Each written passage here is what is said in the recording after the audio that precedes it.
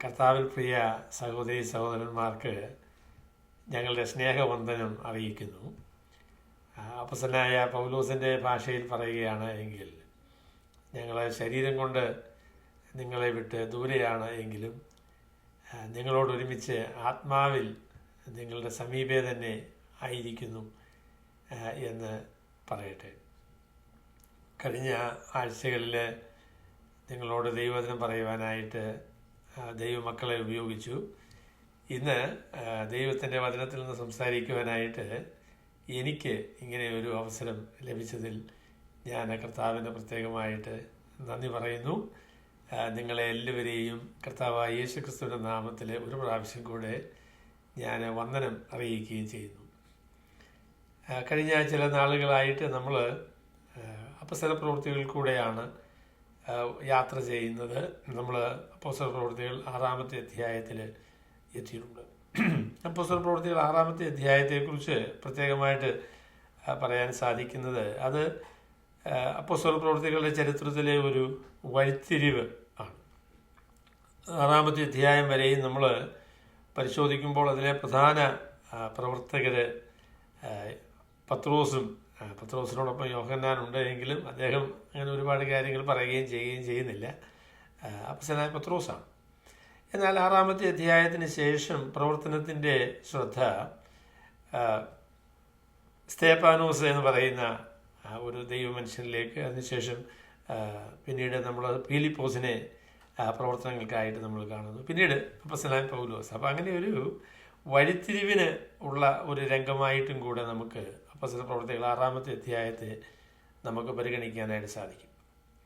അതുപോലെ തന്നെ മുഖവുരയായിട്ട് പറയാൻ കഴിയുന്ന മറ്റൊരു കാര്യം, അപ്പോസ്തല പ്രവൃത്തികളിലെ ഏറ്റവും പ്രധാനപ്പെട്ട കഥാപാത്രം അല്ലെങ്കിൽ ഏറ്റവും പ്രധാനപ്പെട്ട വ്യക്തി കർത്താവായ യേശുക്രിസ്തു ആണ് എന്ന് നമുക്കറിയാം. കർത്താവായ യേശുക്രിസ്തുവിൻ്റെ സ്വർഗ്ഗാരോഹണത്തിന് ശേഷം താൻ ദൈവത്തിൻ്റെ പരിശുദ്ധാത്മാവിനെ ഈ ലോകത്തിലേക്ക് അയക്കുകയും ദൈവത്തിൻ്റെ പരിശുദ്ധാത്മാവിൻ്റെ ശക്തിയിൽ തൻ്റെ അപ്പോസ്തലന്മാരിലൂടെ തൻ്റെ പ്രവർത്തനങ്ങൾ നിവർത്തിക്കുകയും ചെയ്യുന്നതാണ് നമുക്ക് അപ്പോസ്തല പ്രവൃത്തികൾ കാണാനായിട്ട് സാധിക്കുന്നത്. എന്നാൽ അതിനോട് ചേർത്ത് അതിന് മറുവശത്ത് പിശാചിൻ്റെ പ്രവർത്തനങ്ങൾ നമുക്ക് കാണാനായിട്ട് സാധിക്കും. പിശാച് എന്നുള്ളതായിരിക്കുന്ന വാക്ക് ഒരു പ്രാവശ്യം മാത്രമേ ഈ ഇതുവരെ അപ്പോസ്തല പ്രവൃത്തികളിൽ ഉപയോഗിച്ചിട്ടുള്ളൂ. അത് 5-ാമത്തെ അധ്യായത്തിലാണ്. അനന്യാസിനോട് അപ്പോസ്തലനായ പത്രോസ് സംസാരിക്കുമ്പോൾ എങ്ങനെയാണ് പിശാച് നിൻ്റെ ഹൃദയത്തെ കൈവശമാക്കിയത് എന്ന് അദ്ദേഹം ചോദിക്കുന്നുണ്ട്. അപ്പോൾ പിശാച് വളരെ വളരെ ഗൗരവമായ രീതിയിൽ അപ്പോസ്തല പ്രവൃത്തികളിൽ ആദ്യ അധ്യായങ്ങൾ മുതൽ തന്നെ പ്രവർത്തിക്കുന്നുണ്ട്. അതിൽ 2 പ്രധാന മേഖലകൾ നമുക്ക് കാണാനായിട്ട് സാധിക്കും. ഒന്ന് ബാഹ്യമായ പീഡകൾ ആണ്. സുവിശേഷത്തിനും അപ്പോസ്തലന്മാർക്കും ഒക്കെ എതിരായിട്ട് ബാഹ്യശക്തികളെ ഉപയോഗിച്ച് അവരുടെ പ്രവർത്തനങ്ങളെ തടയാനായിട്ട് പിശാച് ശ്രമിക്കുന്നുണ്ട്. എന്നാൽ അതിനോട് ചേർത്ത് വേറെ ഒരു മേഖലയിൽ പിശാച് പ്രവർത്തിക്കുന്നത് ആന്തരികമായ സഭയുടെ ഉള്ളിൽ കടന്ന് അവിടെയുള്ള വിശ്വാസികളെ സ്വാധീനിച്ച് പിശാചിൻ്റെ ആയുധങ്ങളായിട്ട് ഉപയോഗിക്കുന്ന ഒരു രീതി നമുക്ക് കാണാനായിട്ട് സാധിക്കും. ഈ 6-ാമത്തെ അധ്യായത്തിൽ നമ്മൾ കടന്നു വരുമ്പോഴും പിശാചിൻ്റെ ഒരു പ്രവർത്തനത്തിൻ്റെ ഒരു രംഗം നമുക്കവിടെ ദർശിക്കാനായിട്ട് സാധിക്കും. എന്നാൽ ദൈവകൃപയിൽ ആശ്രയിച്ച അപ്പോസ്തലന്മാർ അതിനെ മറികടക്കുന്നതാണ് അധ്യായത്തിൽ നമുക്ക് കാണാനായിട്ട് സാധിക്കുന്നത്. അപ്പോൾ ഇന്നത്തെ നമ്മളുടെ വേദഭാഗം അപ്പോസ്തല പ്രവൃത്തികൾ 6-ാമത്തെ അധ്യായത്തിൻ്റെ ആദ്യത്തെ 7 വാക്യങ്ങളാണ്. അത് നമുക്ക് ഒന്ന് വായിക്കാം. അപ്പോസ്തല പ്രവൃത്തികൾ 6-ാമത്തെ അധ്യായത്തിൻ്റെ 1 മുതൽ 7 വരെയുള്ള വാക്യങ്ങളാണ്. ആ കാലത്ത് ശിഷ്യന്മാർ പെരുകി വരുമ്പോൾ തങ്ങളുടെ വിധവമാരെ ദിനംപ്രതിയുള്ള ശുശ്രൂഷയിൽ ഉപേക്ഷയായി വിചാരിച്ചു എന്ന് യവന ഭാഷക്കാർ എബ്രായ ഭാഷക്കാരുടെ നേരെ പിറുപിറുത്തു. പന്തിരുവർ ശിഷ്യന്മാരുടെ കൂട്ടത്തെ വിളിച്ചു വരുത്തി, ഞങ്ങൾ ദൈവവചനം ഉപേക്ഷിച്ച് മേശകളിൽ ശുശ്രൂഷ ചെയ്യുന്നത് യോഗ്യമല്ല. ആകയാൽ സഹോദരന്മാരെ, ആത്മാവും ജ്ഞാനവും നിറഞ്ഞ് നല്ല സാക്ഷ്യമുള്ള 7 പുരുഷന്മാരെ നിങ്ങൾ തന്നെ തിരഞ്ഞുകൊള്ളുവിൻ, അവരെ ഈ വേലയ്ക്ക് ആക്കാം. ഞങ്ങളോ പ്രാർത്ഥനയിലും വചന ശുശ്രൂഷയിലും ഉറ്റിരിക്കും എന്ന് പറഞ്ഞു. ഈ വാക്ക് കൂട്ടത്തിനൊക്കെയും ബോധ്യമായി വിശ്വാസവും പരിശുദ്ധാത്മാവും നിറഞ്ഞ പുരുഷനായ സ്തേഫാനോസ്, ഫിലിപ്പോസ്, പ്രൊഖറോസ്, നിക്കാനോർ, തിമോൻ, പർമനാസ്, യഹൂദ മതാനുസാരിയായ അന്ത്യോക്യക്കാരൻ നിക്കലാവോസ് എന്നിവരെ തിരഞ്ഞെടുത്തു. അപ്പസ്തലന്മാരുടെ മുൻപാകെ നിർത്തി അവർ പ്രാർത്ഥിച്ച് അവരുടെ മേൽ കൈവച്ചു. ദൈവവചനം പരന്നു. യെരുശലേമിൽ ശിഷ്യന്മാരുടെ എണ്ണം ഏറ്റവും പെരുകി. പുരോഹിതന്മാരിലും വലിയൊരു കൂട്ടം വിശ്വാസത്തിന് അധീനരായിത്തീർന്നു.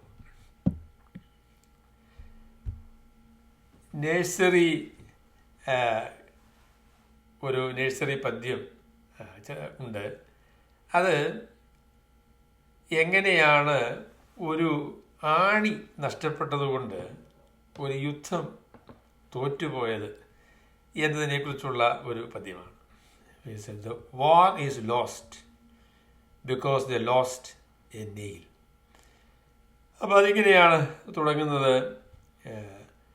ആണി നഷ്ടപ്പെട്ടതുകൊണ്ട് കുതിരയുടെ ലാടം നഷ്ടമായി.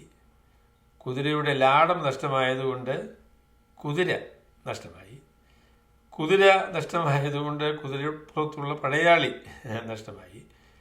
കുതിരപ്പുറത്തെ പടയാളി നഷ്ടമായതുകൊണ്ട് യുദ്ധത്തിൽ തോറ്റു എന്നാണ് ആ പദ്യം പറയുന്നത്. അപ്പം അതിലെ ആശയം എന്താണെന്ന് ചോദിച്ചാൽ, പലപ്പോഴും വലിയ പരാജയങ്ങൾക്ക് കാരണമായി തീരുന്നത് ചെറിയ തുടക്കങ്ങളാണ്. ചെറിയ തുടക്കങ്ങളിലൂടെ വലിയ പരാജയങ്ങൾ സംഭവിക്കും എന്നതാണ് ആ പാട്ടുകാരന് പറയുന്നത്. അവിടെ നമ്മുടെ ആത്മീക ജീവിതത്തിലും അതുപോലെ തന്നെ സഭാ ജീവിതത്തിലും ചെറിയ ചെറിയ പ്രശ്നങ്ങൾ വലിയ ദുരന്തങ്ങൾ ഉണ്ടാക്കാനായിട്ട് സാധിക്കും എന്നതാണ് ഞാൻ അതിൽ നിന്ന് നിങ്ങളോട് പറയാനായിട്ട് ആഗ്രഹിക്കുന്നത്. ഇവിടെ നമ്മൾ അപ്പോസ്തല പ്രവൃത്തികൾ 6-ാമത്തെ അധ്യായത്തിൽ വരുമ്പോൾ അത് ഇവിടെ വളരെ പ്രാധാന്യമേറിയ അല്ലെങ്കിൽ വളരെ അനുഗ്രഹീതമായ ഒരു സന്ദർഭമാണ്. അവിടെ അപ്പോസ്തലന്മാർ പറയുന്നത്, അതിനെക്കുറിച്ച് ലൂക്കോസ് പറയുന്നത്, ആ കാലത്ത് ശിഷ്യന്മാർ പെരുകി വരുമ്പോൾ, നമുക്കറിയാമല്ലോ പെന്തക്കോസ്ത് നാളിൽ 3000 ആളുകൾ രക്ഷിക്കപ്പെട്ടു. അതിനുശേഷം പിന്നെ ഒരു 2000 ആളുകൾ കൂടെ രക്ഷിക്കപ്പെട്ടതിനെക്കുറിച്ച് പറയുന്നു. പിന്നീട് എത്ര ആളുകളാണ് കൂടെ ചേർന്ന് നമുക്കറിയത്തില്ല. എന്നാൽ യെരുശലേമിലുള്ള ഒരു 10-15% ആളുകൾ വിശ്വാസികളായി തീർന്നു. അങ്ങനെ സഭ വളരെ അനുഗ്രഹീതമായ രീതിയിൽ വർദ്ധിച്ചു എന്നാണ് ഈ ഭാഗം വായിക്കുമ്പോൾ നമുക്ക് മനസ്സിലാക്കാൻ സാധിക്കുന്നത്. എന്നാൽ അതിനോട് ചേർത്ത് വന്ന, ഈ അനുഗ്രഹത്തോട് ചേർത്ത് വന്ന ഒരു പ്രതിസന്ധി, ഒരു പ്രശ്നം, അത് ഗുരുതരമായ പ്രശ്നങ്ങൾ സഭയിൽ ഉളവാക്കുവാൻ കഴിയുന്ന നിലയിൽ ഉള്ള ഒരു പ്രശ്നമായിരുന്നു. എന്നാൽ അപ്പോസ്തലന്മാർ അതിനെ തിരിച്ചറിയുകയും അതിനെ പരിഹരിക്കുകയും ചെയ്തതായിട്ടാണ് ഈ വേദഭാഗത്ത് നമുക്ക് കാണാനായിട്ട് സാധിക്കുന്നത്. അപ്പോൾ അതിനെക്കുറിച്ച് ഒരു പ്രസ്താവന നമുക്ക് ഉപരിയായി പറയുകയാണ് എങ്കിൽ, പ്രശ്നങ്ങൾ തിരിച്ചറിയുകയും അതിനെ പരിഹരിക്കുകയും ചെയ്യണം എന്നത് വളരെ പ്രധാനപ്പെട്ട ഒരു കാര്യമാണ്. അപ്പോൾ ഇവിടുത്തെ പ്രശ്നം, അപ്പോൾ പ്രശ്നത്തെക്കുറിച്ച് നമ്മൾ നോക്കുമ്പോൾ, ഇത് യഹൂദന്മാരാണ് ആദിമ സഭയിലെ അംഗങ്ങൾ എന്നുള്ളത് നമുക്കറിയാം, യഹൂദന്മാർ. എന്നാൽ ആ യഹൂദന്മാരുടെ ഇടയിൽ 2 നിലകളിലുള്ള യഹൂദന്മാരുണ്ടായിരുന്നു. ഒന്ന് എബ്രായ ഭാഷ സംസാരിക്കുന്ന യഹൂദന്മാർ, മറ്റൊന്ന് യവന ഭാഷ സംസാരിക്കുന്ന യഹൂദന്മാർ. യവന ഭാഷ സംസാരിക്കുന്ന യഹൂദന്മാർ യഥാർത്ഥത്തിൽ ചിതറിപ്പോയ യഹൂദന്മാരാണ്. അവർ പെന്തക്കോസ്ത് നാളിലും മറ്റും ആരാധനയ്ക്കായിട്ട് വരികയും പിന്നെ തുടർന്ന് യെരുശലേമിൽ താമസിക്കാനായിട്ട് തീരുമാനിക്കുകയും ചെയ്ത ആളുകളാണ്. അപ്പോഴേ ഇന്നത്തെ നമ്മളുടെ ഒരു രീതി അനുസരിച്ച് പറയുകയാണെങ്കിൽ സിറിയനെന്നും ലാറ്റിനെന്നും ഒക്കെ പറയുന്നത് പോലെ ഭാഷയുടെ വ്യത്യാസത്തിൽ, അതിൻ്റെ ഭാഷ എന്ന് പറയുമ്പോൾ അതിന് ഒരു പശ്ചാത്തലം ഉണ്ടല്ലോ. അപ്പോൾ ആ നിലയിലെ 2 ഗ്രൂപ്പുകൾ ആദിമസഭയിൽ ഉണ്ടായിരുന്നു. അപ്പോൾ യവന ഭാഷ സംസാരിക്കുന്ന യഹൂദന്മാർ, അതുപോലെ തന്നെ എബ്രായ ഭാഷ സംസാരിക്കുന്ന യഹൂദന്മാർ. അപ്പം അവിടുത്തെ പ്രശ്നം എന്താണ് എന്ന് ചോദിച്ചാൽ, എബ്രായ ഭാഷ സംസാരിക്കുന്ന യഹൂദന്മാരാണ് ഭൂരിപക്ഷം. യവന ഭാഷ സംസാരിക്കുന്ന യഹൂദന്മാർ അത്രത്തോളം ഉണ്ടായിരുന്നില്ല. അവരുടെ മധ്യത്തിൽ ഉള്ള വിധവമാർ, അപ്പോൾ അവരുടെ പരിരക്ഷയെക്കുറിച്ച് ആദിമസഭയിൽ വളരെ പ്രാധാന്യം നൽകിയവർ ചെയ്ത ഒരു കാര്യമാണ് വിധവമാരുടെ പരിരക്ഷ എന്നത്. അപ്പം അതിൽ യവന ഭാഷ സംസാരിക്കുന്ന ആളുകളുടെ വിധവമാരെ പരിഗണിക്കുന്നില്ല, അല്ലെങ്കിൽ അവർക്ക് ശ്രദ്ധ കുറഞ്ഞു പോകുന്നു എന്ന ഒരു പരാതിയാണ് നമ്മൾ ഇവിടെ കാണുന്നത്. അപ്പം ഞാനിതിനോട് ചേർത്ത് പ്രാരംഭമായിട്ട് പറയാൻ ആഗ്രഹിക്കുന്ന കാര്യം, അനുഗ്രഹത്തോട് ചേർന്ന് വെല്ലുവിളികളും പ്രതിസന്ധികളുമുണ്ട്. അപ്പം അതിനെ പരിഹരിക്കാനായിട്ട്, വെല്ലുവിളികളെയും പ്രതിസന്ധികളെയും പരിഹരിക്കാനായിട്ട് നമ്മൾ ശ്രദ്ധ വയ്ക്കണം എന്ന കാര്യമാണ് ഞാൻ ആദ്യമേ ഈ ഭാഗത്ത് നിന്ന് പറയാനായിട്ട് ആഗ്രഹിക്കുന്നത്. അപ്പോൾ വളരെ അഭിവൃദ്ധി വന്ന വളരെ അനുഗ്രഹീതമായ ഒരു സാഹചര്യത്തിൽ ഇവിടെ ചില പ്രതിസന്ധികൾ ഉടലെടുക്കുന്നതായിട്ട് നമുക്ക് കാണാം. എല്ലായ്പ്പോഴും പ്രിയ സഹോദരങ്ങളെ ഞങ്ങൾ പറയാം, അനുഗ്രഹമായിട്ട് മാത്രം നിൽക്കുകയില്ല കേട്ടോ. അതിനോട് ചേർന്ന് വെല്ലുവിളികളും പ്രതിസന്ധികളുമുണ്ട്. അപ്പോൾ സഭ വളരെ വർദ്ധിക്കുകയും ധാരാളം ആളുകൾ വിശ്വാസികളായി തീരുകയും ചെയ്തപ്പോൾ യവന ഭാഷ സംസാരിക്കുന്ന ആളുകളും എബ്രായ ഭാഷ സംസാരിക്കുന്ന ആളുകളും തമ്മിൽ ഒരു ബുദ്ധിമുട്ട് ഉണ്ടായി. അവിടെ അവരുടെ വിധവമാരെ പരിരക്ഷിക്കുന്നത്, അവരെ സംരക്ഷിക്കുന്നത്, അവരെ പരിഗണിക്കുന്നത് യോഗ്യമല്ല, അല്ലെങ്കിൽ അതിന് ഉപയുക്തമായ രീതിയിലുള്ള പരിഗണന ലഭിക്കുന്നില്ല എന്ന പരാതിയാണ് നമുക്കിവിടെ കാണാനായിട്ട് സാധിക്കുന്നത്. അപ്പോൾ അതിൽ നിന്ന് ഈ പ്രതിസന്ധിയെക്കുറിച്ച് ഞാൻ പറയാൻ ആഗ്രഹിക്കുന്നത്, ഒന്നാമത്തെ പ്രതിസന്ധി എന്ന് പറയുന്നത് ദൈവമക്കളുടെ മധ്യത്തിൽ പലതരത്തിലുള്ളതായ വേർതിരിവുകളും അതിനോടനുബന്ധിച്ചുള്ള പ്രശ്നങ്ങളും ഉണ്ടാകാനുള്ള സാധ്യതയുണ്ട്. ദൈവമക്കൾ എന്നുള്ള നിലയിൽ നമ്മൾ ഒരു നിലയിലുള്ള വേർതിരിവുകളും ദൈവത്തിൻ്റെ സഭയിൽ അനുവദിച്ചുകൂടാ.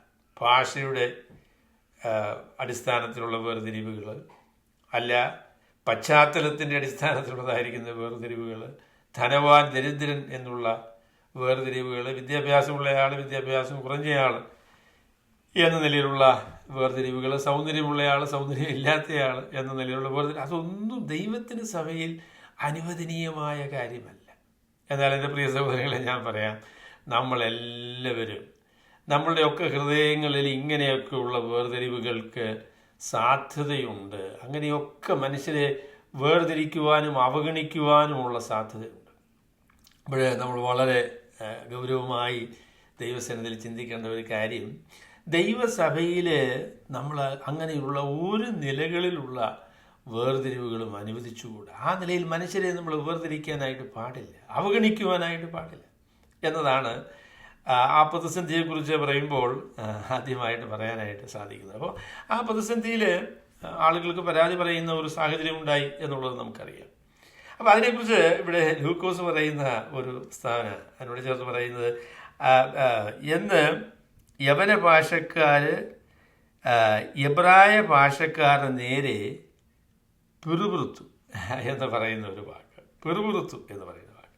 അപ്പോൾ അവരെ അവഗണിക്കപ്പെട്ടു എന്നുള്ള ഒരു സ്ഥിതി ഉണ്ട് എന്നുള്ളത് ശരിയാണ്. എന്നാൽ ലൂക്കോസ് പിറുപിറുത്തു എന്നുള്ളതായിരിക്കുന്ന വാക്ക് ഉപയോഗിക്കുമ്പോൾ അത് ഒരു പോസിറ്റീവായിട്ടുള്ള ഒരു, അല്ലെങ്കിൽ നല്ല കാര്യമായി പോയി എന്നുള്ള നിലയിലല്ല പറയുന്നത്. അപ്പോൾ ഒരു നിലയിലും ദൈവത്തിൻ്റെ സഭയിൽ അവഗണന പാടില്ല എന്നതാണ് അതിൻ്റെ പോസിറ്റീവായിട്ടുള്ള കാര്യം.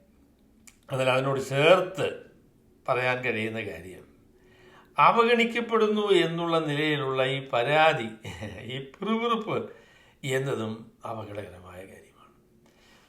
നമ്മുടെ മധ്യത്തിലൊക്കെ അവഗണിക്കപ്പെടാനായിട്ട് പാടില്ല എന്നുള്ള കാര്യം 100% ശരിയാണ്. എന്നാൽ എന്നെ അവഗണിക്കുന്നുണ്ടോ എന്നിങ്ങനെ നോക്കി അതിനെക്കുറിച്ച് പരാതി പറയാനായിട്ട് അങ്ങനെ അന്വേഷിച്ച് നടക്കുന്ന ചില ആളുകളുണ്ട്. അതും അയോഗ്യമായ കാര്യമാണ്. ദൈവം നമ്മളെ സ്വീകരിച്ചിരിക്കുന്നു, മറ്റുള്ള മനുഷ്യർ നമ്മളെ എങ്ങനെ കരുതുന്നു എന്നുള്ളതൊന്നും പ്രാധാന്യമല്ല എന്ന നിലയിൽ ചിന്തിക്കാനുള്ളൊരു കടപ്പാട് നമുക്കുണ്ട്. അപ്പോൾ എനിക്ക് വേണ്ടുന്ന പരിഗണന ലഭിച്ചില്ല, എന്നെ ആളുകൾ അങ്ങനെ പരിഗണിക്കുന്നില്ല എന്ന നിലയിൽ പരാതി പറയുന്നതിലും, അപ്പോൾ അതും ഒരു പ്രശ്നമായിട്ട് നമുക്ക് പറയേണ്ടതായിട്ടിരിക്കുന്നു. അപ്പോൾ ആദ്യത്തെ പ്രശ്നമായിട്ട് ഞാൻ പറഞ്ഞത്, മനുഷ്യരെ അവഗണിക്കുകയും ആ അവഗണനയുടെ പേരിൽ പരാതി പറയുകയും അങ്ങനെ സഭയുടെ സമാധാനം, രമ്യത അത് നഷ്ടമാവുകയും ചെയ്യുന്ന ആ അപകടത്തെക്കുറിച്ചാണ് ഞാൻ ആദ്യമേ പറയാനായിട്ട് ആഗ്രഹിക്കുന്നത്. അവിടെ എൻ്റെ പ്രിയ സഹോദരങ്ങളെ ഞാൻ പറയാം, സഭയുടെ സമാധാനം നഷ്ടപ്പെടുത്താനായിട്ട് ഒരുപാട് കാര്യമൊന്നും വേണ്ട. ഞാൻ നേരത്തെ പറഞ്ഞ പോലെ ഒരാണിയുടെ നഷ്ടത്തിൽ നമുക്ക് യുദ്ധം തോൽക്കാനായിട്ട് സാധിക്കും. ഒരാണിയുടെ നഷ്ടത്തിൽ നമുക്ക് യുദ്ധം തോൽക്കാനായിട്ട് സാധിക്കും. ചെറിയ ചെറിയ കാര്യങ്ങൾ പറഞ്ഞ് ചെറിയ ചെറിയ കാര്യങ്ങളുടെ പേരിൽ സമാധാനം നഷ്ടപ്പെടുകയും ഐക്യത നഷ്ടപ്പെടുകയും അതിൻ്റെ പേരിൽ യുദ്ധങ്ങൾ ആരംഭിക്കുകയൊക്കെ ചെയ്യുന്നത് വളരെ സങ്കടകരമായ കാര്യമാണ്. നമ്മളുടെ ഒക്കെ സമൂഹത്തിൽ, നമ്മളുടെ സഭകളിൽ പലയിടങ്ങളിലും ചെറിയ ചെറിയ കാര്യങ്ങളുടെ പേരിലാണ് വഴക്ക്. അത് വളരെ സങ്കടകരമായ കാര്യമാണ്. ഉപദേശ വിഷയങ്ങളൊന്നുമല്ല കേട്ടോ, ഉപദേശ വിഷയങ്ങളൊന്നുമല്ല. ചെറിയ ചെറിയ കാര്യങ്ങളുടെ പേരിൽ മനുഷ്യർ അങ്ങനെ അസംതൃപ്തരായിട്ട് തീരുന്നു, അതിൻ്റെ പേരിൽ വഴക്കുണ്ടാക്കുന്നു. അങ്ങനെ ദൈവസഭയുടെ സമാധാനം നഷ്ടമാകുന്നു എന്നുള്ളത് വളരെ സങ്കടകരമായ കാര്യമാണ്.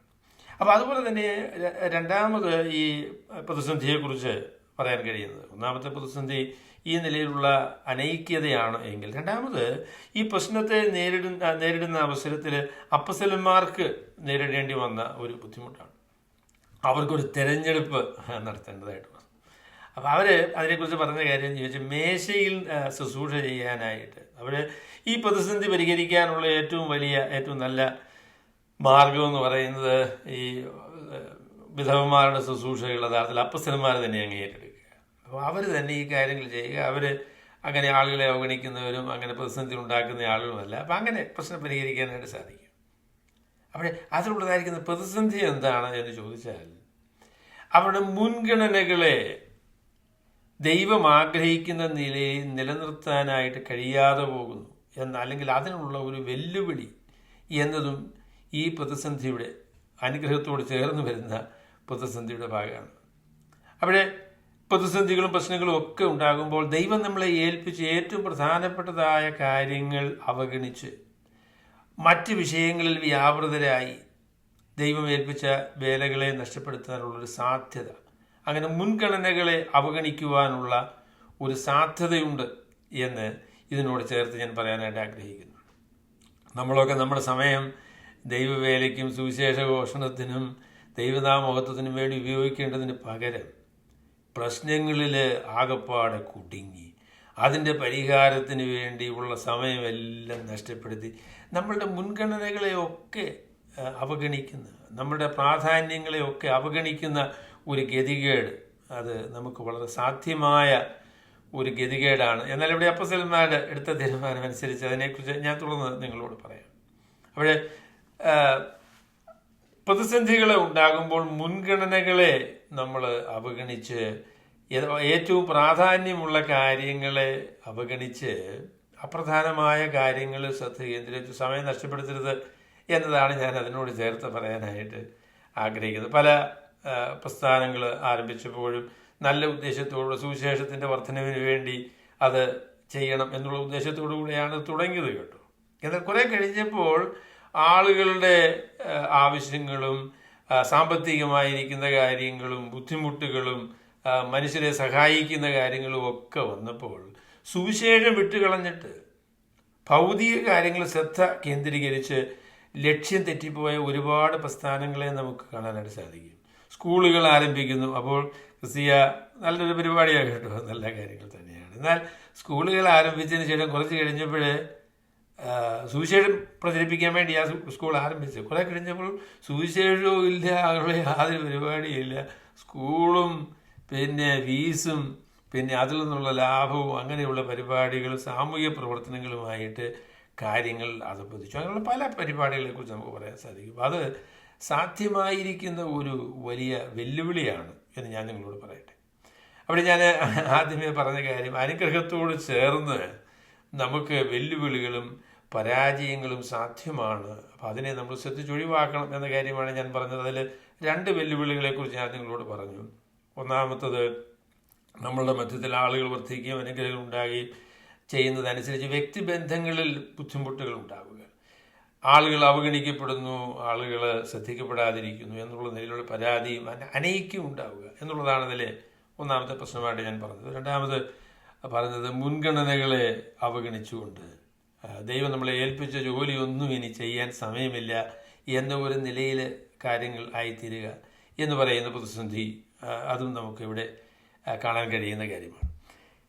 അടുത്തതായിട്ട് നമുക്കിവിടെ ശ്രദ്ധിക്കാൻ കഴിയുന്ന കാര്യം എന്ന് പറയുന്നത് അവിടെ അപ്പസ്തലന്മാരെടുത്തതായിരിക്കുന്ന തീരുമാനമാണ്. അപ്പസ്തലന്മാരെടുത്ത തീരുമാനമാണ്. അവർ അതിനെക്കുറിച്ച് പറഞ്ഞത്, ആകയാൽ സഹോദരന്മാരെ 12 ശിഷ്യന്മാരുടെ കൂട്ടത്തെ വിളിച്ചു വരുത്തി, ഞങ്ങൾ ദൈവവചനം ഉപേക്ഷിച്ച് മേശകളിൽ ശുശ്രൂഷ ചെയ്യുന്നത് യോഗ്യമല്ല. അപ്പോൾ അവരെടുത്ത ഒരു തീരുമാനമാണ് ഇവിടെ നമുക്ക് കാണാനായിട്ട് കഴിയുന്നത്. അത് വളരെ പ്രധാനപ്പെട്ട ഒരു തീരുമാനമാണ്. നമ്മളെ ദൈവം ഏൽപ്പിച്ച ജോലി, ദൈവം ഏൽപ്പിച്ച ഏറ്റവും പ്രധാനപ്പെട്ട ജോലി, അതിനെക്കുറിച്ച് പിന്നീട് പറയുന്നൊരു പ്രസ്താവനയുണ്ട്. ഞാനതാണ് ഇന്നത്തെ എൻ്റെ പ്രസംഗത്തിൻ്റെ തലവാചകമായിട്ട് ഞാൻ വച്ചിരിക്കുന്നത്. വചന ശുശ്രൂഷയ്ക്കും പ്രാർത്ഥനയ്ക്കും, അല്ലെങ്കിൽ പ്രാർത്ഥനയിലും വചന ശുശ്രൂഷയിലും ഞങ്ങൾ ഉറ്റിരിക്കും എന്ന് അപ്പസ്തലന്മാർ തീരുമാനിച്ചു. അവിടെ എപ്പോഴുള്ളവരെ ഞാൻ പറയാം, നമ്മൾ പ്രതിസന്ധികളും പ്രശ്നങ്ങളും ഒക്കെ ഉണ്ടാകുമ്പോൾ നമുക്ക് എടുക്കാനുള്ള ഏറ്റവും പ്രധാനപ്പെട്ട, ദൈവമക്കൾക്ക്, ദൈവസഭയ്ക്ക് എടുക്കാനുള്ള ഏറ്റവും പ്രധാനപ്പെട്ട തീരുമാനം, ദൈവസഭയെ സംബന്ധിച്ച് പ്രാർത്ഥനയും ദൈവവചനത്തിൻ്റെ പ്രഘോഷണവുമാണ് ഏറ്റവും പ്രാധാന്യമേറിയ കാര്യം. അപ്പോൾ അതാണ് ഞാൻ രണ്ടാമത് നിങ്ങളോട് പറയാൻ ആഗ്രഹിക്കുന്ന കാര്യം. ദൈവസഭയെ സംബന്ധിച്ച് ദൈവവചനത്തിൻ്റെ പ്രഘോഷണവും പ്രാർത്ഥനയുമാണ് ഏറ്റവും പ്രാധാന്യമേറിയ കാര്യം. ദൈവവചനത്തെ ഉപേക്ഷിച്ച് സുവിശേഷ ഘോഷണം, ദൈവവചനത്തിൻ്റെ പ്രഘോഷണം, അതിനെ ഉപേക്ഷിച്ച് അതിൻ്റെ സ്ഥാനത്ത് നിങ്ങൾ മറ്റെന്ത് കാര്യം കൊണ്ടാൽ, എത്ര നല്ല കാര്യമായിരുന്നാലും അത് ദൈവഹിതപ്രകാരമുള്ളൊരു പരിപാടിയല്ല, അത് ദൈവസഭയുടെ പരാജയമാണ് എന്നാണ് ഈ വേദഭാഗത്ത് നമുക്ക് മനസ്സിലാക്കാൻ സാധിക്കുന്നത്. അപ്പോൾ അപ്പസ്തലന്മാരെടുത്തതായിരിക്കുന്ന ആ തീരുമാനം നമ്മളുടെയും തീരുമാനമായിരിക്കണം. അതെന്താണ്? അത് ദൈവവചനത്തിനും പ്രാർത്ഥനയ്ക്കുമാണ് ദൈവസഭയിൽ ഏറ്റവും അധികം പ്രാധാന്യമുള്ളത്. മറ്റുള്ള എല്ലാ കാര്യങ്ങളും അതിൻ്റെ പിന്നാലെ മാത്രമേ ഉള്ളൂ. നാം സുവിശേഷം വിശ്വസിക്കുന്ന ആളുകളാണ്, നാം സുവിശേഷം പ്രസംഗിക്കുന്ന ആളുകളാണ്, ദൈവത്തിൻ്റെ വചനം വിശ്വസിക്കുന്നതായിരിക്കുന്ന ആളുകളാണ്. ദൈവവചനത്തിൻ്റെ പ്രഘോഷണവും ദൈവവചനത്തിൻ്റെ പഠനവും ദൈവവചനത്തിൻ്റെ അനുസരണവുമാണ് നമ്മെ സംബന്ധിച്ച് ഏറ്റവും പ്രാധാന്യമേറിയ കാര്യം. അപ്പോൾ ആദ്യത്തെ ഭാഗമായിട്ട് ഞാൻ ദൈവവചനത്തിൻ്റെ പ്രാധാന്യത്തെക്കുറിച്ച് 1-2 കാര്യങ്ങൾ നിങ്ങളോട് പറയാം. എന്നെ പ്രിയമുള്ളവരെ, ഞാൻ പറയാം, ദൈവവചനത്തെ ഉപേക്ഷിച്ച് കളഞ്ഞതാണ് ദൈവസഭകൾക്ക് പറ്റിയ ഏറ്റവും വലിയ പരാജയം. ദൈവവചനത്തെ ഉപേക്ഷിച്ചതാണ് ദൈവസഭകൾക്കും ദൈവമക്കൾക്കും പറ്റിയ ഏറ്റവും വലിയ പരാജയം. അതാണ് ദൈവവചനമായിരിക്കുന്ന വിശുദ്ധ ബൈബിള്. ആ ബൈബിളിന് ദൈവത്തിൻ്റെ വചനമാണ് ആ ബൈബിൾ ദൈവത്തിൻ്റെ വചനമാണ്. അതിൽ ദൈവം നമ്മളോട് സത്യസന്ധമായി നമ്മളോട് സംസാരിച്ചിരിക്കുന്നു. അത് 100% വിശ്വസനീയമാണ്. നമ്മളുടെ വിശ്വാസത്തിനും നമ്മളുടെ ആചാരങ്ങൾക്കും എല്ലാം അടിസ്ഥാനം ദൈവത്തിൻ്റെ വചനം തന്നെയാണ് എന്ന ഉറപ്പും, ആ നിലയിൽ ദൈവവചനത്തെ പഠിക്കുകയും അന്വേഷിക്കുകയും അതിനെ അറിയുകയും അനുസരിക്കുകയും ചെയ്യുക എന്ന നിർബന്ധവും നമ്മെ സംബന്ധിച്ച് അതീവ പ്രാധാന്യമുള്ള കാര്യമാണ്. സുവിശേഷം ഞാൻ പറയാനായിട്ട് ചില ആളുകളോട് ഞാൻ ശ്രമിച്ചിട്ടുള്ള അവസരത്തിൽ എനിക്ക് ഏറ്റവും ബുദ്ധിമുട്ടായിട്ട് വന്ന കാര്യം, എനിക്ക് ഹൃദയഭേദകമായി തോന്നിയ കാര്യം എന്ന് പറയുന്നത്, ആളുകൾ ദൈവത്തിൻ്റെ വചനം വിശ്വസിക്കുന്നില്ല എന്ന കാര്യം. പിന്നെ അവരോട് എന്താ പറയാൻ പറ്റുക?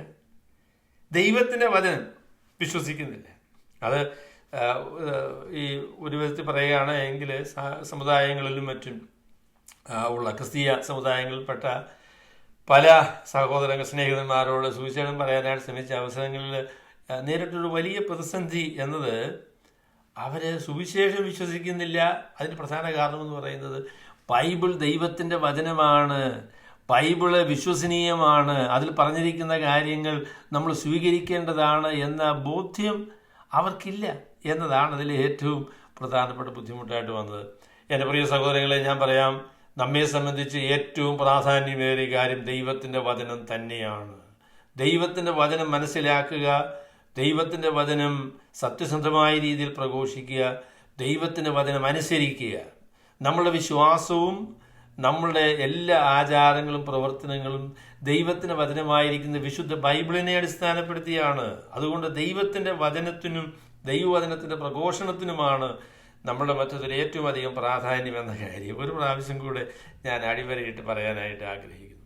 അതിനോട് ചേർത്ത് അപ്പോസ്തലന്മാർ പറഞ്ഞ കാര്യമെന്ന് പറയുന്നത്, ഞങ്ങൾ പ്രാർത്ഥനയിലും ദൈവവചനത്തിൻ്റെ ശുശ്രൂഷയിലും ഉറ്റിരിക്കും എന്നാണ് പറഞ്ഞത്.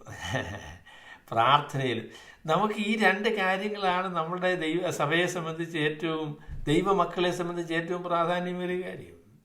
ദൈവത്തിൻ്റെ വചനം, ദൈവസന്നിധിയിലുള്ളതായ നമ്മളുടെ പ്രാർത്ഥന. പ്രിയമുള്ളവരെ, ഞാൻ പറയട്ടെ, യഹോവ വീട് പണിയാതെ ഇരുന്നാൽ പണിയുന്നവർ വൃഥാ അധ്വാനിക്കുന്നു. യഹോവ പട്ടണം കാക്കാതെ ഇരുന്നാൽ കാവൽക്കാർ വൃഥാ ജാഗരിക്കുന്നു.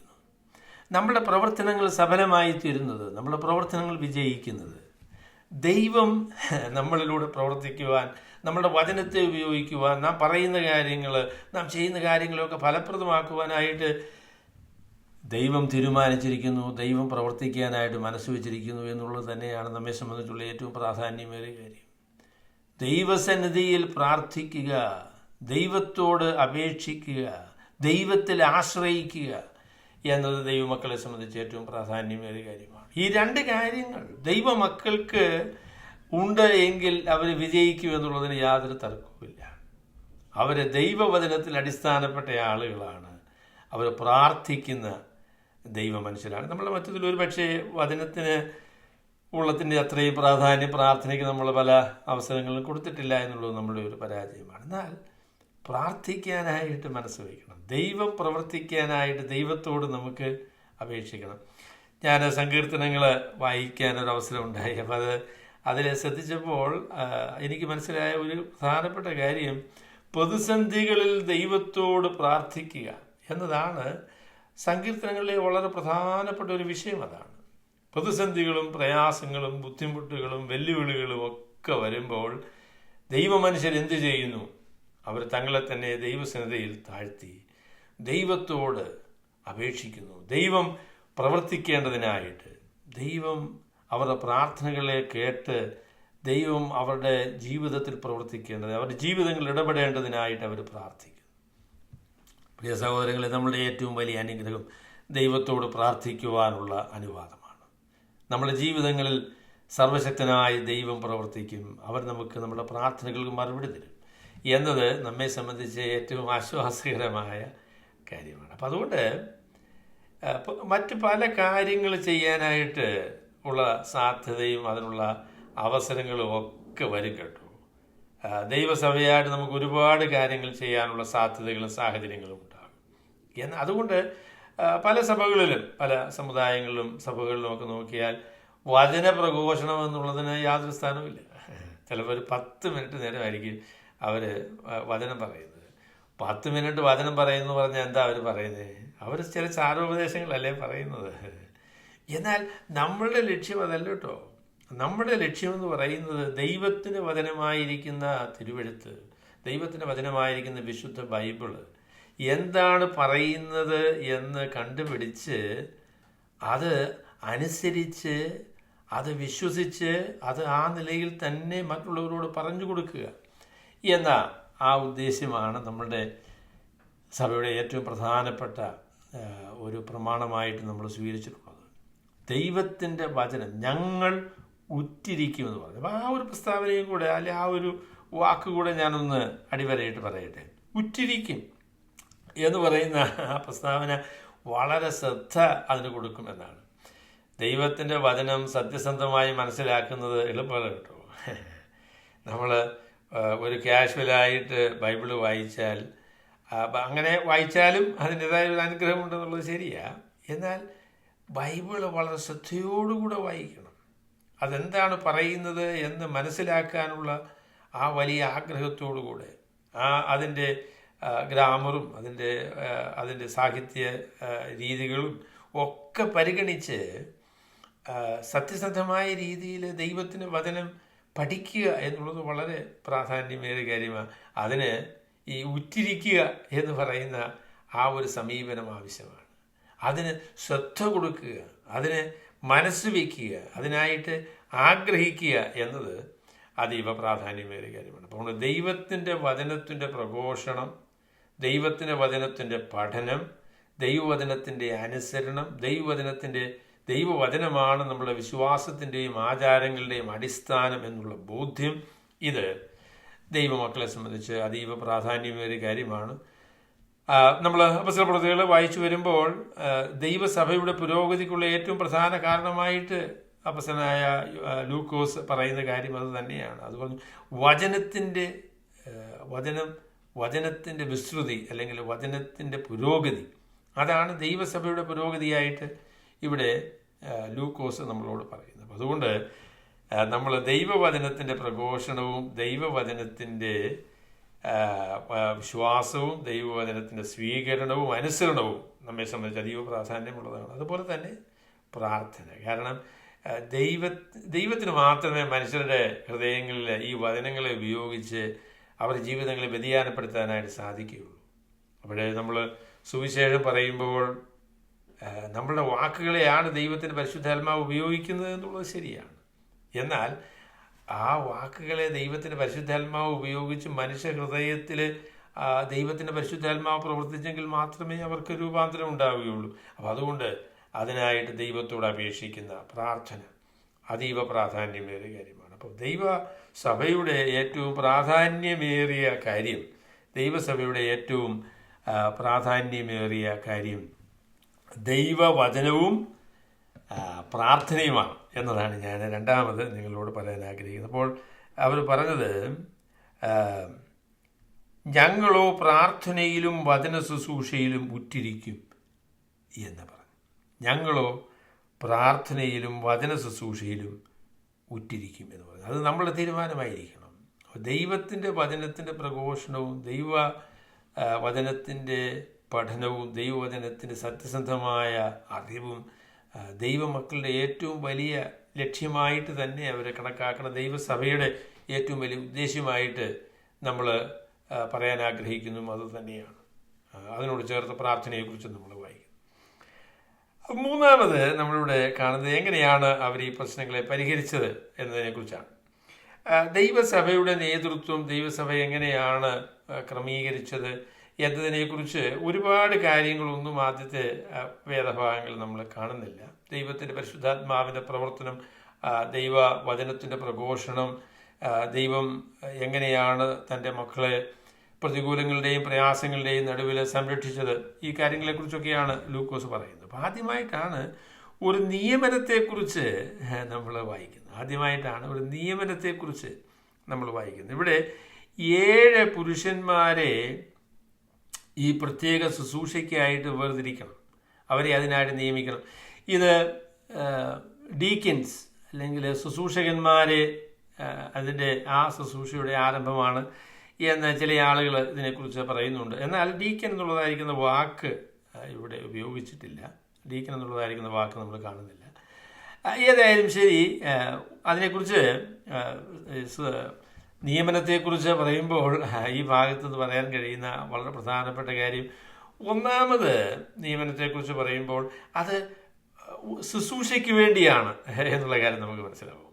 ഒരു പ്രശ്നമുണ്ടായി, ആ പ്രശ്നത്തിന് പരിഹാരത്തിനായിട്ട് അതിനെ കൈകാര്യം ചെയ്യുവാൻ, അതിന് വേല ചെയ്യുവാൻ, അതിൽ പ്രവർത്തിക്കുവാനായിട്ടാണ് ഈ 7 ആളുകളെ നിയമിക്കുന്നത് എന്നുള്ള കാര്യം നമുക്കറിയാം. അല്ലാതെ നിയമനത്തിൻ്റെ ഇപ്പോഴും ഉദ്ദേശം എന്ന് പറയുന്നത് ശുശ്രൂഷയാണ്. അതുകൊണ്ട് എന്ത് ഫലമുണ്ടാകും, അവർക്ക് എങ്ങനെ പ്രവർത്തിക്കാനായിട്ട് കഴിയും, പ്രവർത്തനമാണ് നിയമനത്തിൻ്റെ ഏറ്റവും പ്രധാനപ്പെട്ട കാര്യം, അല്ലാതെ അധികാരമല്ല. പലപ്പോഴും നിയമനത്തെ സംബന്ധിച്ച് ആളുകൾ ചിന്തിക്കുന്നത് നിയമനം ഉണ്ടായാൽ നമുക്ക് അധികാരം ഉണ്ടാകും, അപ്പോൾ അതുകൊണ്ട് അധികാരം നടത്താനുള്ള ഒരു അവസരം എന്ന നിലയിൽ അതിനെക്കുറിച്ച് ചിന്തിക്കാനുള്ള സാധ്യതയുണ്ട്. എന്നാൽ ദൈവവചനത്തിലെ പ്രമാണം അതല്ല. നിയമനം എല്ലായ്പ്പോഴും ശുശ്രൂഷകൾക്ക് വേണ്ടിയാണ്, പ്രവർത്തനങ്ങൾക്ക് വേണ്ടിയാണ്, ആളുകൾക്ക് പ്രയോജനമുണ്ടാകുന്നതിന് വേണ്ടിയാണ്. അപ്പോൾ അതിനായിട്ടാണ് നിയമിക്കുന്നത് എന്നുള്ള കാര്യം നമുക്ക് മനസ്സിലാക്കാൻ സാധിക്കും. അപ്പോൾ അതിനോട് ചേർത്ത് ഈ നിയമനത്തെക്കുറിച്ച് പറയുമ്പോൾ നമുക്ക് പറയാൻ കഴിയുന്ന കാര്യം, ദൈവവേലയിൽ, ദൈവസഭയിൽ പ്രവർത്തിക്കുന്നതായിരിക്കുന്ന ആളുകൾ ഏത് നിലയിലുള്ള ആളുകളായിരിക്കണം എന്നതിനെക്കുറിച്ച് ഇവിടെ വളരെ ശ്രദ്ധ അപ്പോസ്തലന്മാർ കൊടുത്തിട്ടുണ്ട്. അപ്പോൾ അവർ പറഞ്ഞ 4 കാര്യങ്ങൾ, അപ്പം ഞാനതാണ് മൂന്നാമത്തെ എൻ്റെ പോയിൻ്റായിട്ട് പറയാൻ ആഗ്രഹിക്കുന്നത്. ദൈവസഭയിൽ വേല ചെയ്യുന്ന ആളുകൾ ദൈവഹിതപ്രകാരമുള്ള ആത്മീകന്മാരായിരിക്കണം എന്നതാണ് ഞാൻ മൂന്നാമത് നിങ്ങളോട് പറയാനായിട്ട് ആഗ്രഹിക്കുന്നത്. ദൈവസഭയിലെ വേല ചെയ്യുന്ന ആളുകൾ ദൈവഹിതപ്രകാരം ആത്മീകന്മാരായ ആളുകളായിരിക്കണം. നമ്മളുടെ മധ്യത്തിലുള്ളതായിരിക്കുന്ന പ്രശ്നം എന്താ? നമ്മളുടെ മധ്യത്തിലൊക്കെയുള്ള പ്രശ്നം എന്താ? ഞാൻ വിചാരിക്കുന്നു ദൈവവേലയ്ക്കായിട്ട് അല്ലെങ്കിൽ ദൈവ ശുശ്രൂഷകൾക്കായിട്ട് നിയമിക്കപ്പെടുന്ന, തിരഞ്ഞെടുക്കപ്പെടുന്ന ആളുകൾ അതിന് യോഗ്യതയുള്ള ആളുകളല്ല. പലപ്പോഴും ദൈവം ആഗ്രഹിക്കുന്ന പോലുള്ള ആത്മീയതയുള്ള ആളുകളല്ല എന്നതാണ് ഇതിലെ ഏറ്റവും ഗൗരവമായിരിക്കുന്ന ഒരു പ്രശ്നമെന്ന് പറയുന്നതാണ്. എൻ്റെ പ്രിയ സഹോദരങ്ങളെ, ഞാൻ പറയാം, സഭകൾ അനുഗ്രഹിക്കപ്പെടുവാൻ, നമ്മളുടെ പ്രശ്നങ്ങൾ പരിഹരിക്കപ്പെടുവാൻ, ദൈവഹിതപ്രകാരമുള്ള വേല ചെയ്യുവാൻ അതിന് യോഗ്യരായ ആത്മീകന്മാരായ ആളുകളായി തീരുക എന്നുള്ളതാണ് അതിനുള്ള മാർഗമെന്ന് പറയുന്നതാണ്. അല്ലാതെ നമുക്ക് ദൈവത്തിൻ്റെ വേല ദൈവഹിത പ്രകാരം ചെയ്യാൻ പറ്റില്ല. നമ്മുടെ പ്രശ്നങ്ങളെ പരിഹരിക്കാനായിട്ടുള്ള ഏറ്റവും വലിയ മാർഗം നമ്മൾ ദൈവം ആഗ്രഹിക്കുന്ന പോലെയുള്ള ആത്മീകന്മാരായിട്ട് തീരുക എന്നതാണ്. അപ്പോൾ ഇവിടെ അപ്പോസ്തലന്മാരെടുത്ത തീരുമാനം അല്ലെങ്കിൽ ദൈവസഭയുടെ തീരുമാനം, ദൈവത്തിൻ്റെ പരിശുദ്ധാത്മാവിൻ്റെ തീരുമാനമായിട്ട് പറഞ്ഞത് 4 യോഗ്യതകളെക്കുറിച്ച് ഈ വേദഭാഗത്ത് ലൂക്കോസ് പറയുന്നുണ്ട്. ഒന്നാമത് പറഞ്ഞത്, ഇതിൻ്റെ ആരംഭ ഭാഗത്ത് തന്നെ പറഞ്ഞു, ആകയാൽ സഹോദരന്മാരെ, ആത്മാവും ജ്ഞാനവും നിറഞ്ഞ് നല്ല സാക്ഷ്യമുള്ള, അങ്ങനെ 3 കാര്യങ്ങളെക്കുറിച്ച് ഇവിടെ ആദ്യമേ തന്നെ പറയുന്നുണ്ട്. പിന്നെ 4മതൊരു കാര്യം കൂടെ പറയുന്നുണ്ട്, വിശ്വാസമുള്ള ആളുകളായിരുന്നു എന്ന് പറയുന്ന ഒരു പ്രസ്താവന. അപ്പം 4 കാര്യങ്ങൾ ഈ വിഷയത്തിൽ ഇവിടെ ലൂക്കോസ് നമ്മളോട് പറയുന്നുണ്ട്. അത് ആത്മാവും ജ്ഞാനവും നിറഞ്ഞ് നല്ല സാക്ഷ്യമുള്ള. അപ്പോൾ ഒന്നാമത്തെ യോഗ്യതയായിട്ട് ഇവിടെ അപ്പോസ്തലന്മാർ പറയുന്ന കാര്യം ആത്മാവ് നിറഞ്ഞ ആളുകളായിരിക്കണം. ദൈവത്തിൻ്റെ വേല ചെയ്യുന്നത് ദൈവത്തിൻ്റെ പരിശുദ്ധാത്മാവിൻ്റെ നിറവുള്ള ആളുകൾക്ക് മാത്രമേ അത് ചെയ്യാൻ പറ്റുള്ളൂ. പരിശുദ്ധാത്മാവിൻ്റെ നിറവെന്താണ്? പരിശുദ്ധാത്മാവിൻ്റെ നിറവിനെക്കുറിച്ച് പറയാൻ കഴിയുന്ന ഏറ്റവും പ്രധാനപ്പെട്ട കാര്യം പരിശുദ്ധാത്മാവിൻ്റെ നിയന്ത്രണമാണ്. നമ്മുടെ ജീവിതത്തിൽ നാം ചെയ്യുന്ന കാര്യങ്ങൾ, പറയുന്ന കാര്യങ്ങൾ ഒക്കെ ദൈവത്തിൻ്റെ പരിശുദ്ധാത്മാവിൻ്റെ നിയന്ത്രണത്തിലാണ്, പരിശുദ്ധാത്മാവിൻ്റെ ശക്തിയിലാണ്, പരിശുദ്ധാത്മാവ് സഹായിക്കുന്നത് കൊണ്ടാണ് എന്ന നിലയിലുള്ള ആളുകളെയാണ് ദൈവവേലയ്ക്ക് ആവശ്യമായിരിക്കുന്നത്. ദൈവത്തിൻ്റെ പരിശുദ്ധാത്മാവിൻ്റെ നിയന്ത്രണമുള്ള, ദൈവത്തിൻ്റെ പരിശുദ്ധാത്മാവിൻ്റെ ശക്തിയുള്ള, ദൈവത്തിൻ്റെ പരിശുദ്ധാത്മാവിനാലുള്ള സ്വഭാവമുള്ള ആളുകളായിരിക്കണം, പരിശുദ്ധാത്മാവിനാൽ നിറഞ്ഞ ആളുകൾ.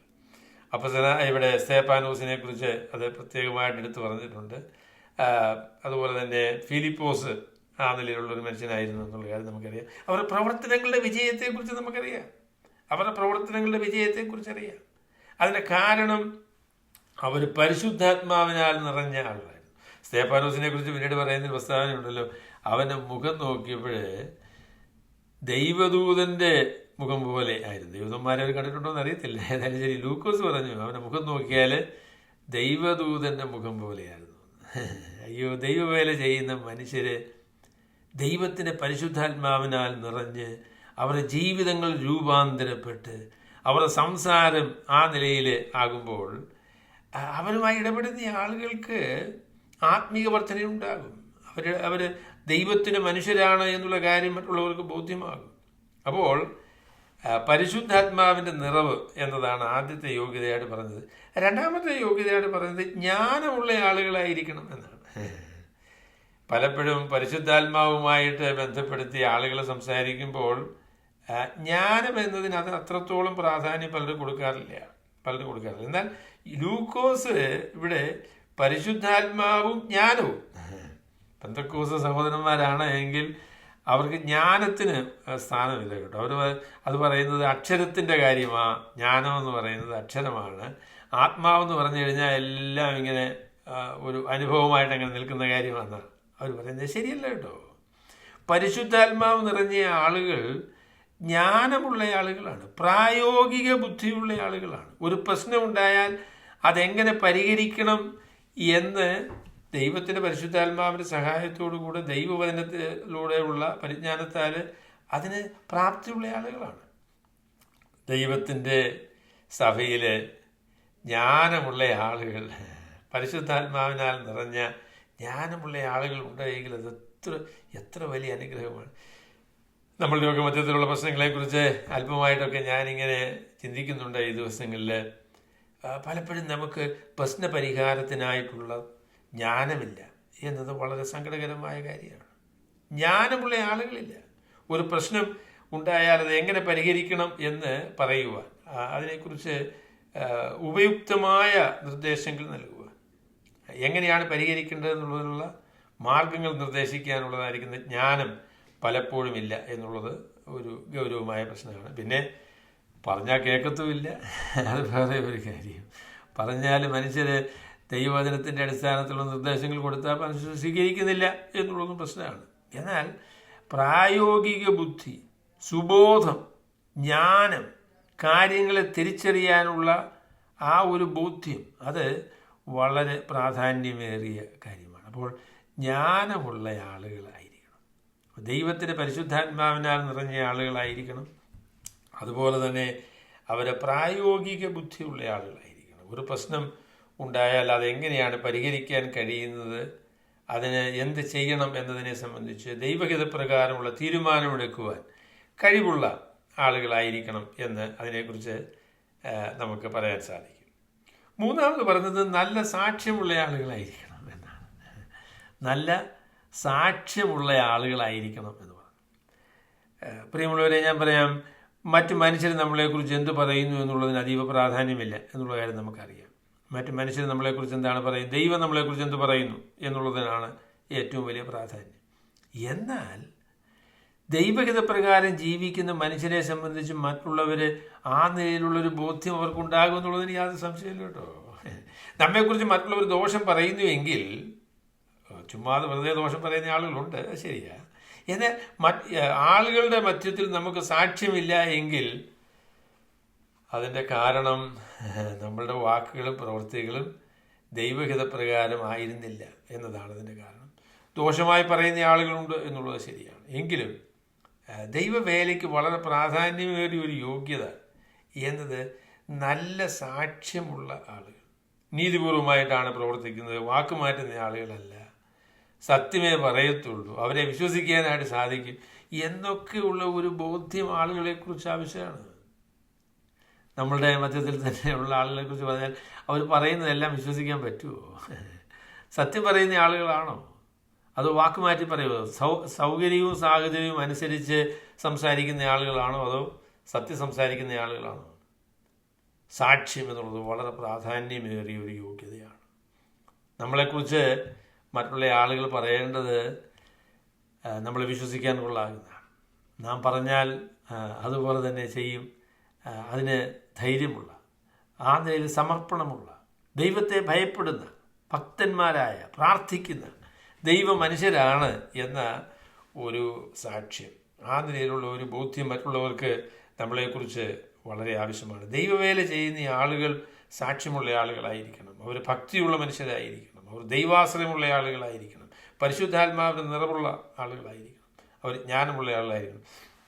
അവസാനമായിട്ട് അവരെക്കുറിച്ച് പറഞ്ഞ കാര്യമെന്ന് പറയുന്നത്, അത് സ്തേഫാനോസിനെ കുറിച്ചാണ് പ്രത്യേകമായിട്ടും പറഞ്ഞിരിക്കുന്നത്. അദ്ദേഹം വിശ്വാസമുള്ള ആളായിരുന്നു എന്ന് പറഞ്ഞ്. വിശ്വാസത്തെക്കുറിച്ച് പറയുമ്പോൾ രണ്ട് കാര്യം നമുക്ക് അതിനോട് ചേർത്ത് പറയണം കേട്ടോ. ഒന്നെന്ന് പറയുന്നത് എന്താ വിശ്വസിക്കുന്നത് എന്നുള്ളതായിരിക്കുന്ന കാര്യം, എന്നാൽ പരിജ്ഞാനത്തോട് ചേർന്ന് വരുന്നതായിരിക്കുന്ന ഒരു പ്രസ്താവനയായിട്ടും കൂടെ ഞാൻ അതിനെക്കുറിച്ച് പറയാൻ ആഗ്രഹിക്കുന്നു. വചനത്തെ സംബന്ധിച്ച് ദൈവത്തിൻ്റെ വചനം അറിയാകുന്ന, അത് പഠിക്കുന്ന, അതിനെക്കുറിച്ച് ബോധമുള്ള ആളുകളാണ്, വിശ്വാസം ഉള്ള ആളുകളാണെന്ന് പറഞ്ഞപ്പോൾ വിശ്വാസം, നല്ല വിശ്വാസം, ദൈവത്തിൻ്റെ വചനത്തെക്കുറിച്ച് പരിജ്ഞാനവും പ്രാപ്തിയുമുള്ള ആളുകളാണ്. അത് വിശ്വാസത്തിൻ്റെ ഒരു പ്രധാനപ്പെട്ട ഭാഗമാണ്. എന്നാൽ ഒരു പക്ഷേ ഇവിടെ വിശ്വാസമുള്ള എന്ന് പറഞ്ഞപ്പോൾ കൊടുത്ത ഏറ്റവും വലിയ ഊന്നൽ, പ്രാധാന്യം എന്ന് പറയുന്നത് ദൈവാശ്രയം എന്ന് പറയുന്ന കാര്യമാണ്. ദൈവാശ്രയമുള്ള ആളുകൾ.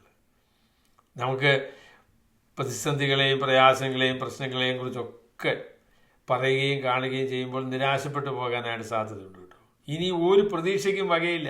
പല സഹോദരന്മാരോട് സംസാരിക്കുമ്പോഴും ആ നിലയിൽ അവർ അങ്ങനെ നിരാശപ്പെട്ട് സംസാരിക്കുന്നത് ഞാൻ കേട്ടിട്ടുണ്ട്. എന്നാൽ നമ്മൾ പ്രത്യാശയുള്ള ആളുകളാണ്, നമ്മൾ വിശ്വാസമുള്ള ആളുകളാണ്, നമുക്ക് ദൈവാശ്രയമുള്ള, ദൈവം പ്രവർത്തിക്കും, ദൈവത്തിൽ ആശ്രയിക്കുവാൻ സാധിക്കും, ദൈവം നമ്മുടെ പ്രാർത്ഥനകളെ കേൾക്കും എന്നുള്ള ബോധ്യമുള്ള, പ്രതീക്ഷയുള്ള, പ്രത്യാശയുള്ള, വിശ്വാസമുള്ള ആളുകളാണ് ഇവിടെ നമുക്ക് കാണാനായിട്ട് സാധിക്കുന്നത്. അവിടെ ഞാൻ മൂന്നാമത് പറഞ്ഞ കാര്യം ഒരു പ്രാവശ്യം കൂടി എടുത്തു പറയട്ടെ. ദൈവസഭകളിൽ വേല ചെയ്യുന്ന ആളുകൾ അവർ ദൈവഹിതപ്രകാരം ഭക്തിയുള്ള, ദൈവഹിതപ്രകാരം സാക്ഷ്യമുള്ള, ഭക്തിയുള്ള ആളുകൾ ആയിരിക്കണം. അപ്പം അങ്ങനെ ഉള്ള ആളുകളാണെങ്കിൽ മാത്രമേ ഫലപ്രദമായ രീതിയിൽ ദൈവത്തിൻ്റെ വേല ചെയ്യാനായിട്ട് സാധിക്കുകയുള്ളൂ. The quality of the leaders are very very important. ദൈവത്തിൻ്റെ സഭയിൽ ദൈവമക്കൾക്ക് നേതൃത്വം കൊടുക്കുന്ന ആളുകളുടെ നിലവാരം, അവരുടെ ആത്മീകത എന്നത് വളരെ വളരെ പ്രാധാന്യമേറിയ കാര്യമാണ്. നമ്മുടെ തലമുറയിൽ നമുക്ക് സംഭവിച്ചു പോയ ഒരു വലിയ നഷ്ടം എന്നത് നേതൃത്വത്തിലുള്ള ആളുകൾക്ക് ആത്മീകത ഇല്ല, അല്ലെങ്കിൽ അതിൻ്റെ ആ നിലവാരം കുറഞ്ഞുപോയി എന്നത് വളരെ ഗംഭീരമായൊരു പ്രശ്നമാണ്. നല്ല മനുഷ്യരെ കണ്ടെത്താനും ഭക്തന്മാരെ കണ്ടെത്താനും ഒക്കെ ബുദ്ധിമുട്ടാണ് കേട്ടോ. അത് ആ നിലയിൽ ഒരു യാഥാർത്ഥ്യമാണ്. എന്നാൽ എൻ്റെ പ്രിയ സഹോദരങ്ങളെ ഞാൻ പറയട്ടെ, നമുക്ക് ദൈവത്തിൽ ആശ്രയിച്ച് ദൈവത്തിൻ്റെ പരിശുദ്ധാത്മാവിൻ്റെ സഹായത്തോടുകൂടെ നമ്മുടെ ജീവിതങ്ങളെ വ്യതിയാനപ്പെടുത്താനായിട്ട് നമുക്ക് സാധിക്കും. യോഗ്യതകളെക്കുറിച്ച് പറഞ്ഞപ്പോൾ ഒരു കാര്യം കൂടെ എന്നോട് ചേർത്ത് പറയണം. എല്ലാ നിലകളിലും യോഗ്യന്മാരായിരിക്കുന്ന ആളുകളുമുണ്ടോ? എല്ലാ നിലകളിലും പരിജ്ഞാനമുള്ള ആളുകളാണ്. അതുപോലെ തന്നെ അവർ പരിശുദ്ധാത്മാവിനാൽ നിറഞ്ഞ ആളുകളാണ്. അതുപോലെ തന്നെ സാക്ഷ്യമുള്ള ആളുകളാണ്, വിശ്വാസമുള്ള ആളുകളാണെന്നൊക്കെ പറഞ്ഞപ്പോൾ അതൊന്നും അതിൻ്റെ പൂർണ്ണതയിലൊന്നുമല്ല കേട്ടോ. അതാരെയും സംബന്ധിച്ച് ശരിയല്ല. നമ്മളുടെ പല ബലഹീനതകളെയും പരാജയങ്ങളെയും ഒക്കെ തിരിച്ചറിഞ്ഞ് ദൈവത്തിൽ ആശ്രയിച്ച് ദൈവത്തിൻ്റെ പരിശുദ്ധാത്മാവിൻ്റെ സഹായത്തോടുകൂടെ നിരന്തരമായി രൂപാന്തരപ്പെടുക എന്നത് അതിൽ അതീവ പ്രാധാന്യമുള്ള കാര്യമാണ്. നാം ഇന്നായിരിക്കുന്ന നിലയിൽ തുടരേണ്ട ആവശ്യമില്ല. നമുക്ക് വ്യത്യാസപ്പെടാനായിട്ട് സാധിക്കും, നമുക്ക് മെച്ചമാകാനായിട്ട് സാധിക്കും. ദൈവത്തിൻ്റെ പരിശുദ്ധാത്മാവിനാൽ സുവിശേഷത്തിലൂടെ ദൈവം നമുക്ക് നൽകുന്നതായിരിക്കുന്ന വാഗ്ദാനമാണത്. അപ്പോൾ അതുകൊണ്ട് എൻ്റെ പ്രിയ സഹോദരങ്ങളെ ഞാൻ പറയട്ടെ, നമുക്ക് എല്ലാവർക്കും ദൈവം ആഗ്രഹിക്കുന്ന പോലെയുള്ള ഒരു ആത്മീയത എനിക്കുണ്ടാകണം എന്ന് ആഗ്രഹിക്കണം. അപ്പോൾ ആ നിലയിൽ ദൈവത്തോട് പ്രാർത്ഥിക്കുവാൻ, ദൈവത്തിൽ ആശ്രയിക്കാനുള്ളതായിരിക്കുന്ന ആവശ്യമുണ്ട്. എന്നിട്ട് ഈ നിയമനത്തെക്കുറിച്ചും കൂടെ ഒരു വാക്ക് പറഞ്ഞ് ഞാൻ അവസാനിപ്പിക്കാം. അപ്പോൾ അതിൽ നമ്മൾ പറഞ്ഞത് 7 ആളുകളെ അവിടെ ശുശ്രൂഷയ്ക്കായിട്ട് മേശയിലുള്ള ശുശ്രൂഷ അതിനുവേണ്ടിയാക്കി എന്നാണ് നമ്മൾ അവിടെ വായിക്കുന്നത്. അവിടെ ഈ 7 ആളുകളുടെ പേര് നിങ്ങൾ നോക്കിയാൽ അതെല്ലാം ഗ്രീക്ക് പേരുകളാണ്. സ്തേഫാനോസ്, ഈ ഓസ് എന്നൊക്കെ പറയുന്ന ആ വാക്ക് ഗ്രീക്ക് പേരുകളാണ്. സ്തേഫാനോസ്, ഫിലിപ്പോസ്, പ്രൊക്കറിയോസ്, നിക്കനാനോർ, തിമോൻ എന്നൊക്കെ പറയുന്നതായ എല്ലാ പേരുകളും ഗ്രീക്ക് ഭാഷയിലുള്ള പേരുകളാണ്. അപ്പോൾ അതിൻ്റെ പ്രാധാന്യം എന്താ? ഈ വിഷയത്തിൽ പരാതി പറഞ്ഞ ആൾക്കാരാരാ? പരാതി പറഞ്ഞ ആൾക്കാരെന്ന് പറയുന്നത് അവരെ ഗ്രീക്ക് ഭാഷ സംസാരിക്കുന്നതായിരിക്കുന്ന ആളുകളാണ്. അവരാണ് തങ്ങളുടെ വിധവമാരെ അവഗണിക്കുന്നു എന്നുള്ളതായിരിക്കുന്ന പരാതി പറഞ്ഞത്. അപ്പോൾ ഈ പരാതി പറഞ്ഞവർ എന്ന് ഞാൻ പറയുകയില്ല, എന്നാൽ അവരുടെ ഗ്രൂപ്പിലുള്ള അല്ലെങ്കിൽ അവർക്ക് പൂർണ്ണമായിട്ട് സ്വീകരിക്കാൻ സാധിക്കുന്ന ഒരു സാഹചര്യമാണ് അപ്പോസ്തലന്മാർ ഉണ്ടാക്കിയത്. എന്ന് പറഞ്ഞാൽ അത് അവർ ഭക്തന്മാരായിരിക്കുന്ന ആളുകളാണ് കേട്ടോ. ആരെങ്കിലും ഒരു പരാതി പറഞ്ഞപ്പോൾ ശരി, പരാതി പറഞ്ഞ ആ ഗ്രൂപ്പിലുള്ള അങ്ങനെയുള്ള ആളുകളെ തന്നെ ആ പ്രശ്നപരിഹാരത്തിനായിട്ട് അവരെ ശുശ്രൂഷിക്കാനായിട്ട് ഇനി പരാതി പറയുവാൻ സാധ്യതയില്ലാത്തൊരു സാഹചര്യം. അപ്പോൾ ആ നിലയിലുള്ള ഒരു തിരഞ്ഞെടുപ്പാണ് അവർ നടത്തിയത് എന്ന് നമുക്ക് കാണാൻ കഴിയും. അവരെ വിട്ടുകൊടുക്കുവാൻ, ദൈവം ആഗ്രഹിക്കുന്നത് പോലെ സമർപ്പിക്കുവാൻ. അപ്പോൾ അതിനുള്ള ഒരു മനസ്സ് നമ്മളാരും അങ്ങനെ വിട്ടുകൊടുക്കുന്ന ആൾക്കാരല്ലല്ലോ. ആരെങ്കിലും പരാതി പറഞ്ഞാൽ പരാതി പറഞ്ഞത് ശരിയായില്ല എന്നുള്ള കാര്യം ശരിയാണ്. എന്നാൽ ആ പരാതി പറഞ്ഞ ആളുകൾക്ക് ഇനി പരാതി പറയാൻ സാഹചര്യമില്ലാത്ത നിലയിൽ പരിഹരിക്കുക എന്ന ഒരു പരിഹാരമാണ് അപ്പോസ്തലന്മാർ നടത്തിയതായിരിക്കുന്ന പരിഹാരം. അപ്പോസ്തലന്മാരവരെ തിരഞ്ഞെടുത്തു.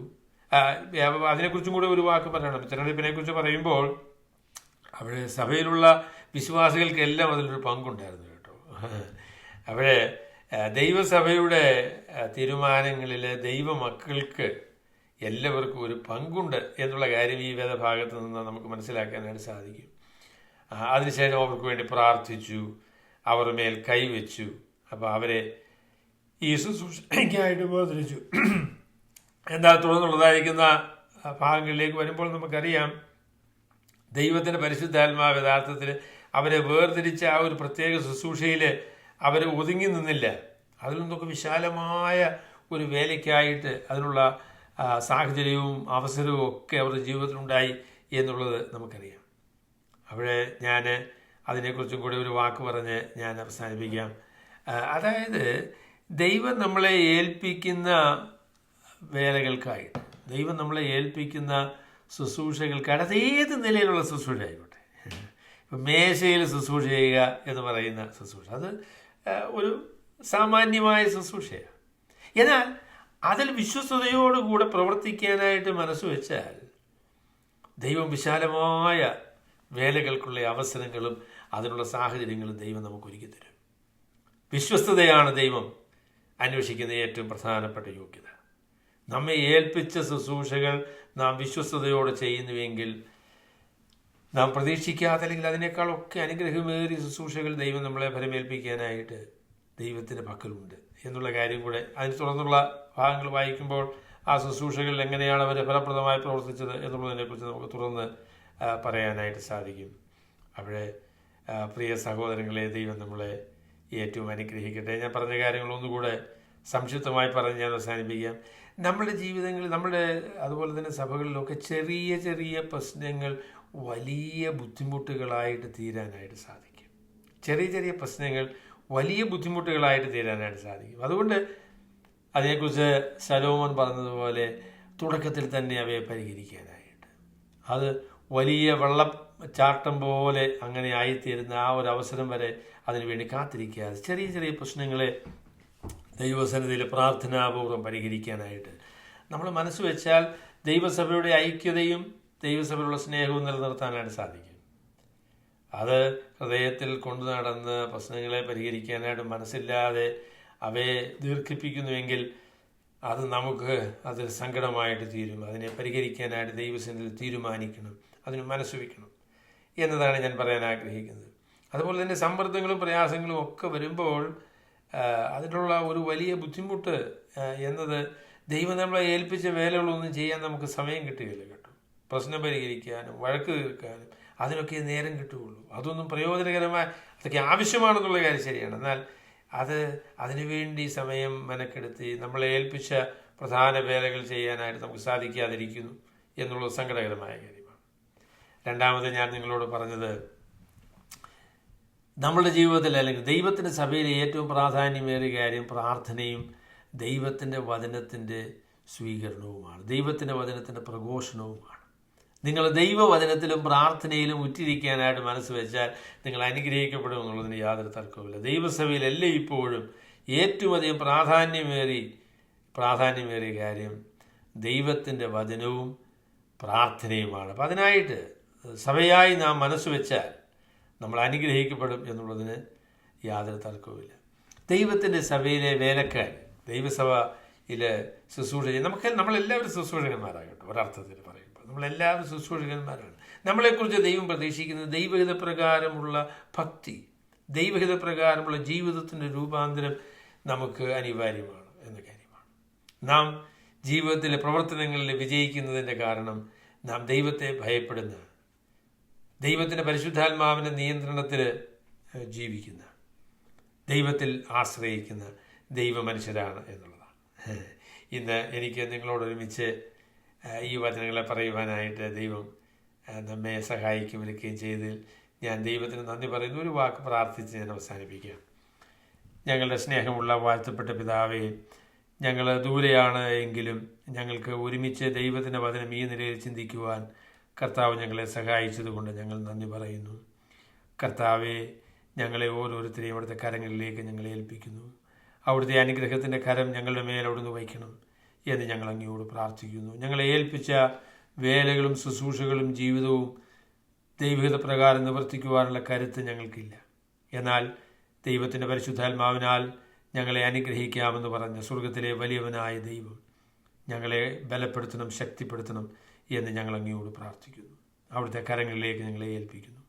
കർത്താവായ യേശു ക്രിസ്തുവിൻ്റെ വിലയേറിയ നാമത്തിൽ തന്നെ.